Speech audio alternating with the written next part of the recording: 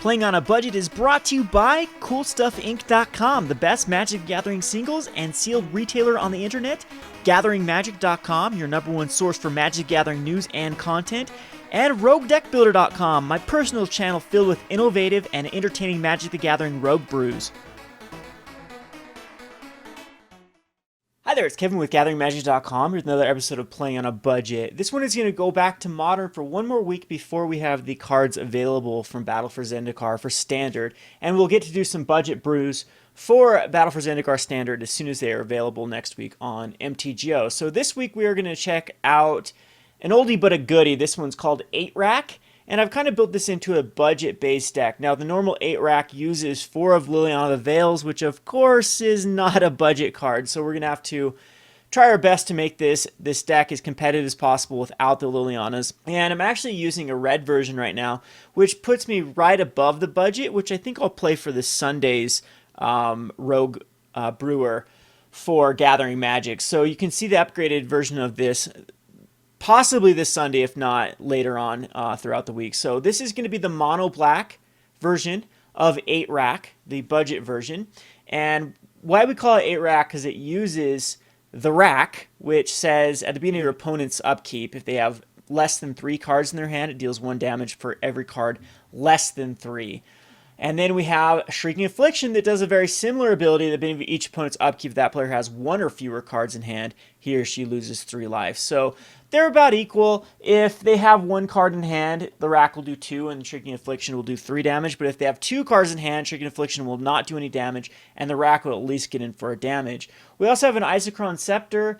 We have a lot of instances in this deck, so Isochron Scepter is a very good card with removal spells, and it's really fun to put on a Funeral Charm. So if you can get the Isochron Scepter Funeral Charm lock, this is a pretty sweet card because it's basically instant speed discard on a stick. So speaking of our removal, we have 4 Gatekeeper Malakirs, so we don't have any way to gain card advantage out of our deck through like any of the traditional means of Liliana is basically your card advantage, or Dark Confidant is what some other people use for their card advantage. I've also seen cards like Sign in Blood, but I want to be as proactive as possible. So we're going to use 4 Gatekeeper Malakirs, and then we have 2 more Geth's Verdict. So any like Infect based deck or Boggles based deck, we're going to have a good matchup against just because of all the sack outlets the ways we can make them sacrifice creatures.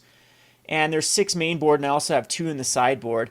And then we have 2 Victim of Nights. It seems to be the best removal spell. I like it better than cards like Ultimate Price or Doomblade or Go for the Throat that I've seen in other versions, because in Modern there isn't a lot of vampires, werewolves, or zombies. Usually it's going to be Tarmogoyfs and a lot of human-based creatures, Wild Nacatls, things like that. So you can still kill cards out of Affinity with Victim of Night and not have to worry about like not being able to kill a Vault Scourge. And basically hits almost everything in the metagame right now. We also have 2 Smothers, which I think is a very underrated card because it's basically the Abrupt Decay version of creatures. So you can destroy target creature with converted mana cost 3 or less and it cannot be regenerated. And we have a 1 of Bile Blight. We also have 1 more in the sideboard.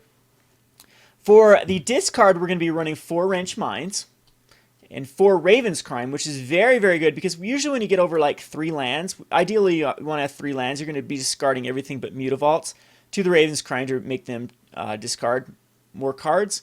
And then we have 4 Funeral Charms, which is the best card in the deck as an instant speed discard.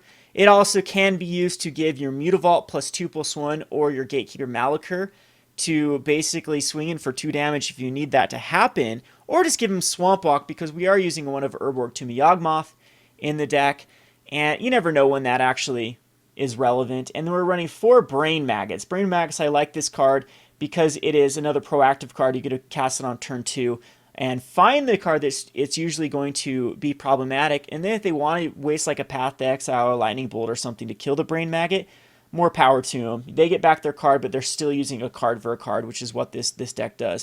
So you might notice there's no Thoughtseize or no Inquisition of Kozileks in the deck. It's usually because this deck doesn't care. It is just going to make you discard your entire hand eventually through the Raven's Crimes and Wrench Mines.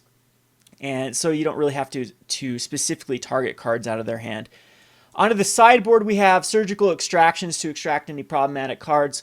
We also have a Cranial Extraction. This is good versus Tron and a few combo decks, you can actually name a card and then search their graveyard, hand, and library for all the cards of that. So if there's any deck that's just kind of a one-trick pony, Cranial Extractions are MVP against that. We have two more Nihil Spellbombs to exile graveyards and draw cards. We have Illness of the Rank specifically in here for the... What makes Illness pretty good is it's really good versus Twin. So if they use either Deceiver, Exarch, or the Pestermite, Illness of the Rank shuts both of those combos down because Deceiver now makes 0/3 tokens, infinite 0/3s, and Pestermites become infinitely dead. So Illness is a great proactive card against them. It's also pretty good against tokens. Other than we have tokens is one of the worst matchups for 8-rack because they just get so much card advantage through Spectral Procession and Lingering Souls. You know, that's a 3-for-1 and a 4-for-1. And that's why we also have 2 Drowning Sorrows in the sideboard, and the Bile Blights will also do very well against those type of decks. 2 more Guess Verdicts against Boggles and Infect, and it's just a very good removal-based deck. And then Sun Droplets are specifically in here for the mono-red match, which is a pretty bad matchup. You can Disfigure and smother away like Goblin Guides, but usually they get in for some damage before you can deal with them. And Sun Droplets are really only hope to gain a bunch of life to mitigate the damage from burn. We also have a Leyline of the Void. I'm only running one of them, and it's just going to make it so any card that would go to the opponent's graveyard is exiled. We have plenty of ways to exile graveyards. The 2 Bojuka Bogs in the sideboard also help us against that. So let's just go over the prices of this deck, brought to you by CoolStuffInc.com, our sponsors. So this is going to run around $150 for the entire deck. You can look down the prices here. There's nothing really over $3 until you get to an Isochron Scepter and a Leyline of the Void, which are $6. Mutavault's our most expensive card in the deck, which is $17. And then we have Surgical Extractions and Urborgs that are also, $3-8 here. It's a very inexpensive deck for Modern, especially when you have Modern decks that are approaching the $1,000 mark. I think that there's a few that are way above that, like Jund and Grixis as well, that are very, very expensive. So comparison, this is quite budget. You can start picking up all these pieces. If you have Lilianas, you can throw them in. You can even get more budgets by taking out the Mutavaults. Mutavaults are like an alternate kill condition, but they are something that isn't 100% necessary to the deck. You can find other cards. I've seen people use like Vampire Nighthawks in the deck as they're a 2/3 lifelinker, and you can... I've also seen cards like Phyrexian Obliterator be put in this deck, as you're going to get rid of your opponent's hand, and then you have Obliterator that's hard to deal with. So there's a lot of options for this deck. Liliana the Veil is probably the best card, best upgrade for this deck, but $100 a pop, it's anything but budget. So let's go back over one more time. This is going to be a very straightforward deck. Get rid of your opponent's hand, and then go from there. The deck I want to be showing you for the upgraded version is going to be running Kolaghan's Command and Terminate, and that makes the Gatekeeper of Malakir so much better with Kolaghan's Command, and also it makes the Brain Maggots better. So I'll show that deck when we do the upgraded version of this. I believe we're going to be starting to do that on Sundays. I'll have to check with Gathering Magic to see when we'll go live with those decks. So anyway, we won't be playing that deck today. We'll be playing just the mono black version. We'll queue up some games. This has been Kevin with GatheringMagic.com. Thanks for watching. Thanks for watching Playing on a Budget. If you haven't already, please subscribe to Gathering Magic and check out our Playing on a Budget playlist, which contains every episode. Thanks again, and hope to see you soon.